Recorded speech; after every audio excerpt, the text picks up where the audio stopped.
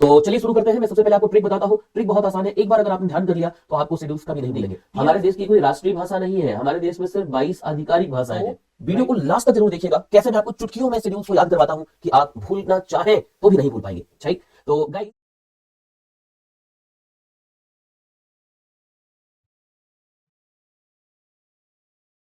Hello guys, नमस्कार, जय हिंद, स्वागत है आप सभी का। मेरा नाम है Rituraj Awasthi and I greetings to all of you. आज हम डिस्कशन करने वाले हैं schedule of the Indian constitution. Guys, as you all know, schedule of the Indian constitution ये बहुत इंपॉर्टेंट टॉपिक है और आप कोई भी एग्जाम देने जाए आपको schedule of the Indian constitution से एग्जाम में क्वेश्चंस मिलते ही हैं, राइट। तो वीडियो को लास्ट तक जरूर देखिएगा, कैसे मैं आपको चुटकियों में शेड्यूल्स को याद करवाता हूं कि आप भूलना चाहें तो भी नहीं भूल पाएंगे।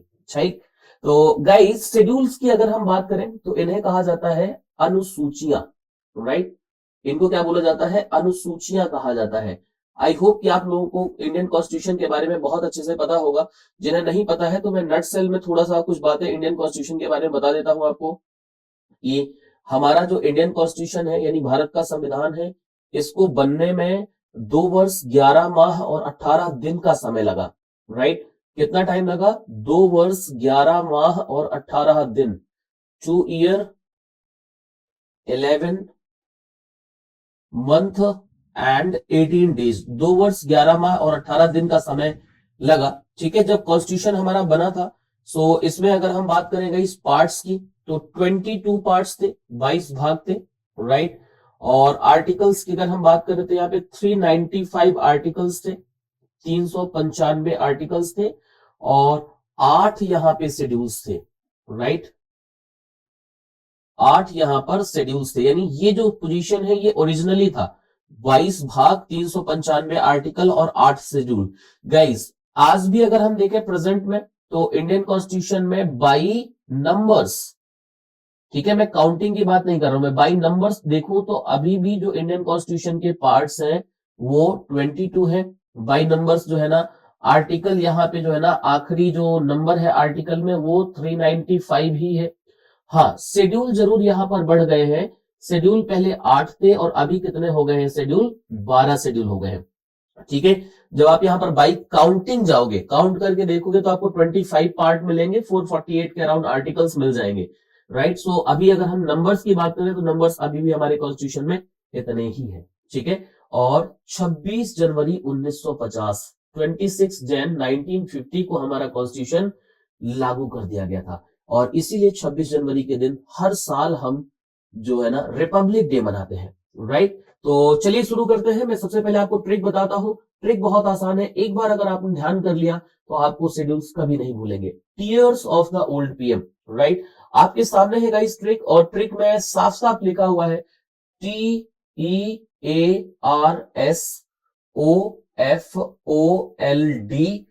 Tears of the old PM. अगर आप देखेंगे तो ये टोटल 12 लेटर्स है और ये 12 लेटर्स जो है ना, ये 12 शेड्यूल को रिप्रेजेंट करते हैं। कैसे? देखिए, जब हम टी की बात करते हैं तो टेरिटरीज, इनको मैं बिल्कुल एक्सप्लेन करूंगा, थोड़ा सब्र करिएगा, राइट। अभी मैं आपको ट्रिक समझा रहा हूं। T stands for the territory. Territory मतलब जो भी हमारे देश के राज्य और केंद्र शासित प्रदेश वगैरह है। E stands for the emoluments, right, वेतन वगैरह के बारे में यहां पर बात आ जाती है। A stands for the affirmation, oath और अफर्मेशन, यानी यहाँ पे शपथ की बात होती है। R stands for the Rajya Sabha, Rajya Sabha में सीटों का बंटवारा जिसे कहते हैं। S stands for the scheduled areas. O stands for the other scheduled areas. Guys, जब हम शेड्यूल्ड एरियाज की बात करते हैं ना तो यहां पर असम, त्रिपुरा, मेघालय और मिजोरम को काउंट नहीं किया गया है। असम, त्रिपुरा, मेघालय और मिजोरम, इन 4 राज्यों के लिए जो शेड्यूल्ड एरियाज है ना, वो अलग तरीके से डिफाइन किए गए हैं और उनको डिफाइन किया गया है इंडियन कॉन्स्टिट्यूशन के शेड्यूल नंबर 6 में। जब हम 7 की बात करेंगे, मतलब ये जो है ना, ये हमारा शेड्यूल फर्स्ट कहला गया, ये शेड्यूल सेकंड कहला गया, ये शेड्यूल थर्ड कहला गया, ये कहला गया शेड्यूल 4, ये कहला गया शेड्यूल 5, ये कहला गया schedule 6, schedule 7, schedule 8, schedule 9, schedule 10, schedule 11, and schedule 12, ये 12 शेड्यूल कहला गए, राइट, 12 शेड्यूल कहला गए। तो जो 7वां शेड्यूल है ना, ये एफ रिप्रेजेंट करता है फेडरल स्ट्रक्चर को, जहां पे हम केंद्र और राज्य की शक्तियों के बारे में जानते हैं कि कैसे केंद्र और राज्य की शक्तियों का बंटवारा किया गया है। O stands for the official language, यहां पर जो हमारे देश की 22 ऑफिशियल भाषाएं हैं उनकी लिस्ट मौजूद है, राइट। ध्यान रखिएगा, we don't have any national language, what we have only official language as Hindi. हमारे देश की कोई राष्ट्रीय भाषा नहीं है, हमारे देश में सिर्फ 22 आधिकारिक भाषाएं हैं, राइट।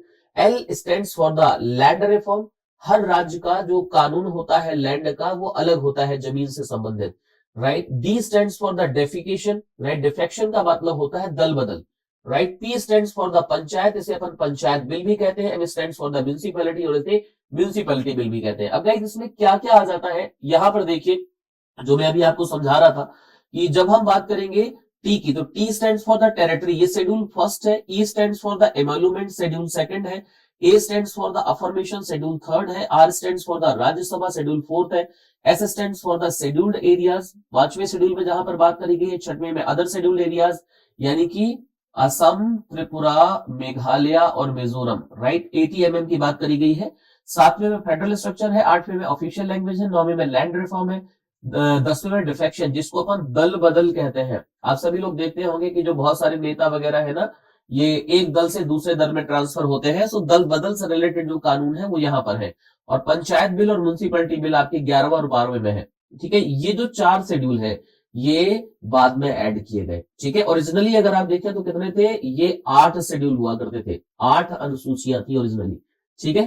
तो आई होप कि आपको याद हो गया होगा। Tears of the old PM, T stands for the territories, E stands for the emolument, A stands for the affirmation, R stands for the Rajya Sabha, S stands for the scheduled areas, O stands for the other scheduled areas, ATMM, F stands for the federal structure, O stands for the official language, L stands for the land reform, D stands for the defection, P stands for the panchayat, M stands for the municipality. अब इसको मैं fully expand कर देता हूं आपके सामने guys, मैं साथ ही साथ आपके ट्रिक भी रखते जाऊंगा, और ट्रिक के साथ साथ जो है ना हम सारी चीजें देखते चलेंगे कि किसमें किस चीज को डिफाइन किया गया है। जैसे सबसे पहले अगर हम यहां पर बात करते हैं शेड्यूल नंबर 1 की, तो मैंने आपको क्या रखा था, T stands for the territories, right. तो जब हम टेरिटरीज की बात करते हैं तो हमारे उसमें कितने राज्य हैं और कितने यूनियन टेरिटरीज है, उनकी प्रॉपर लिस्ट और उनके एरिया वगैरह के बारे में हमें पहले शेड्यूल में बताया गया है। जब हम दूसरे शेड्यूल की बात करते हैं, सेकंड शेड्यूल की, राइट, तो सेकंड शेड्यूल जो है ना, सेकंड शेड्यूल मैंने आपको बोला था ई स्टैंड्स फॉर द एमोल्यूमेंट। एमोल्यूमेंट का मतलब होता है गाइस जो भी आपके सैलरी और अलाउंसेस वगैरह होते हैं। तो जो सेकंड वाला शेड्यूल है इसके टोटल 5 पार्ट है, राइट। कितने पार्ट है टोटल, 5 पार्ट है। इन 5 पार्ट में अलग अलग बातों को डिफाइन किया गया। जैसे पार्ट ए की अगर हम बात करते हैं तो प्रोविजन है as to the president and the governor of state, right. राष्ट्रपति और राज्यों के जो राज्यपाल है उनकी सैलरी के बारे में बात करी गई है। पार्ट बी रिपेल हो चुका है, यानी अब ये एग्जिस्ट नहीं करता। पार्ट सी की जब हम बात करते हैं तो पार्ट नंबर सी में, दूसरे शेड्यूल के पार्ट सी में स्पीकर, डिप्टी स्पीकर। अब ये स्पीकर कहां पर होते हैं, स्पीकर आप सभी जानते हैं लोकसभा और राज्यों की विधानसभा में स्पीकर होते हैं, और डिप्टी स्पीकर। इनके साथ साथ जो है ना चेयरमैन और डिप्टी चेयरमैन। अब चेयरमैन और डिप्टी चेयरमैन कहां पर होते हैं, राज्यसभा में होते हैं और विधान परिषद में होते हैं। राज्यसभा केंद्र में होती है, विधान परिषद राज्यों में होती है, और ये सारे राज्यों में नहीं है, सिर्फ 6 राज्यों में है।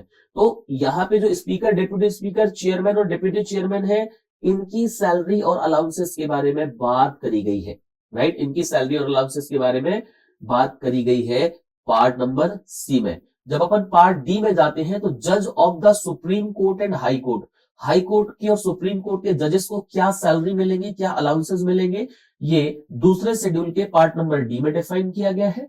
जब हम पार्ट नंबर ई में जाते हैं तो जो हमारे comptroller and auditor general of India, जिन्हें कैग कहा जाता है, इनकी सैलरी के बारे में डिफाइन किया गया है, राइट। पार्ट नंबर जो शेड्यूल नंबर 3 है, शेड्यूल नंबर 3 में आपको ओथ एंड अफर्मेशन, यानी जो शपथ ग्रहण होता है, राइट, जितने भी मंत्री वगैरह होते हैं तो उनकी जो शपथ होती है, नेशनल प्लेज जिसे अपन कहते हैं, शपथ वगैरह कौन किसको शपथ दिलाएगा, वो शेड्यूल 3 के अकॉर्डिंग होता है, राइट। जब हम शेड्यूल 4 की बात करेंगे तो शेड्यूल 4 में राज्य, देखो यहाँ पे जो है ना टीई के बाद क्या आ गया था, टीई ए से हमने अफर्मेशन बनाया था। अब यहां पर हमने क्या रखा, R S O F O L D P M, ठीक है। तो आर से क्या था हमने, राज्यसभा। तो allocation of seat in the council of state, Rajya Sabha में सीटों का जो बंटवारा है वो शेड्यूल 4 में बताया गया है। जब अपन एस की बात करते हैं तो ये शेड्यूल नंबर 5 में प्रोविजन एंड एडमिनिस्ट्रेशन, जो भी प्रशासनिक और control of the schedule area and schedule tribe है, ये शेड्यूल नंबर 5 में आ जाता है। जब अपन शेड्यूल नंबर 6 की बात करते हैं तो यहाँ पे provision and administration tribal area जो है ना, state of Assam, Meghalaya, Tripura and Mizoram, ATMM, यही मैंने आपको बताया था गाइस। जब अपन शेड्यूल नंबर 5 की बात करते हैं तो शेड्यूल 5 में जो भी प्रोविजन है वो आसाम, त्रिपुरा, मिजोरम और मेघालय में लागू नहीं होते हैं। आसाम, त्रिपुरा, मेघालय और मिजोरम के लिए अलग शेड्यूल बनाए गए हैं।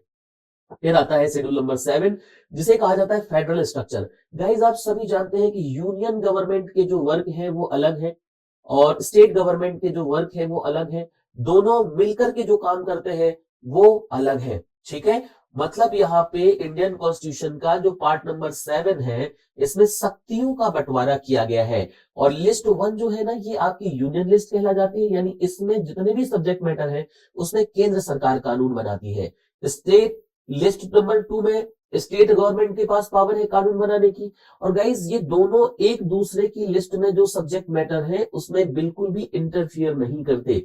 जब लिस्ट 3 की बात आती है तो इसमें जो भी सब्जेक्ट मैटर है, जो भी विषय है, उसमें कानून बनाने का अधिकार दोनों के पास होता है, राइट। लेकिन अगर कोई भी डिस्प्यूट होता है ना तो केंद्र सरकार के कानून को फॉलो किया जाता है, ना कि राज्य सरकार के। जैसे मैं फॉर एग्जाम्पल आपको मैं बता दूं कि अगर अपन करेंसी की बात करते हैं, राइट, करेंसी की बात करते हैं तो गाइस हमारे पूरे देश में करेंसी एक है, राइट। अगर हम बैंकिंग की बात करते हैं तो पूरे के पूरे देश में बैंकिंग के नियम एक है, यानी ये कहाँ के विषय है, आपके यूनियन लिस्ट के विषय है। जब अपन स्टेट लिस्ट की बात करते हैं तो गाइस अगर अपन पुलिस की बात करें, Madhya Pradesh police, Uttar Pradesh police, Rajasthan police, police जो है ना ये आपका स्टेट के लिस्ट के अंदर आता है, इसलिए हर राज्य की अलग अलग पुलिस होती है, ठीक है। ये फिर अगर अपन रेलवे की बात करें तो रेलवे में जो है ना एक होती है आरपीएफ और एक होती है जीआरपी, ठीक है। आरपीएफ को कहा जाता है रेलवे प्रोटेक्शन फोर्स और रेलवे प्रोटेक्शन फोर्स होती है केंद्र सरकार की। और जो जीआरपी है जनरल रेल पुलिस, ये होती है स्टेट गवर्नमेंट की। उस राज्य में जो पर्टिकुलर ट्रेन चल रही है उस ट्रेन की सुरक्षा के लिए जीआरपी के थाने बनाए जाते हैं, ठीक है।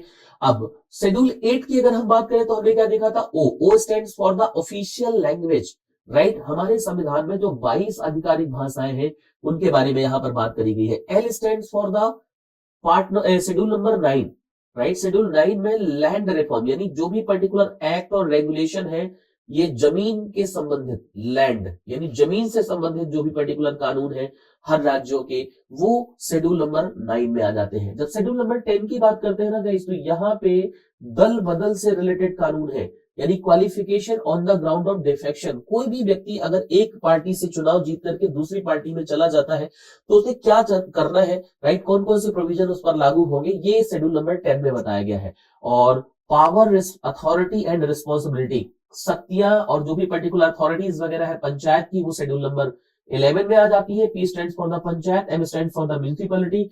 शेड्यूल नंबर 12 में जो नगर पालिका, नगर निगम वगैरह है, ये इनकी पावर अथॉरिटीज वगैरह आ जाती है, ठीक है। सो गाइज आई होप कि आपको ये जो tears of the old PM मैंने समझाया है ये बिल्कुल याद हो गया होगा, right. TEARS,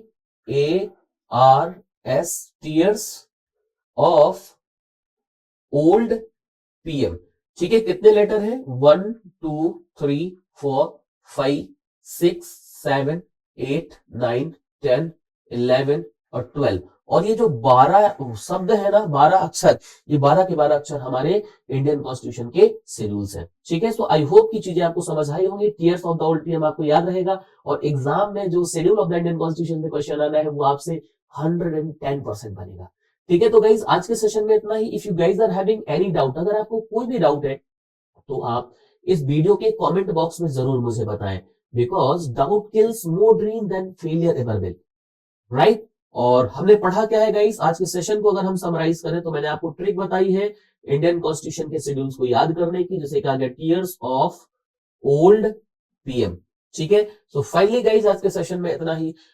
thanks for watching, see you in the next class, take care, bye bye.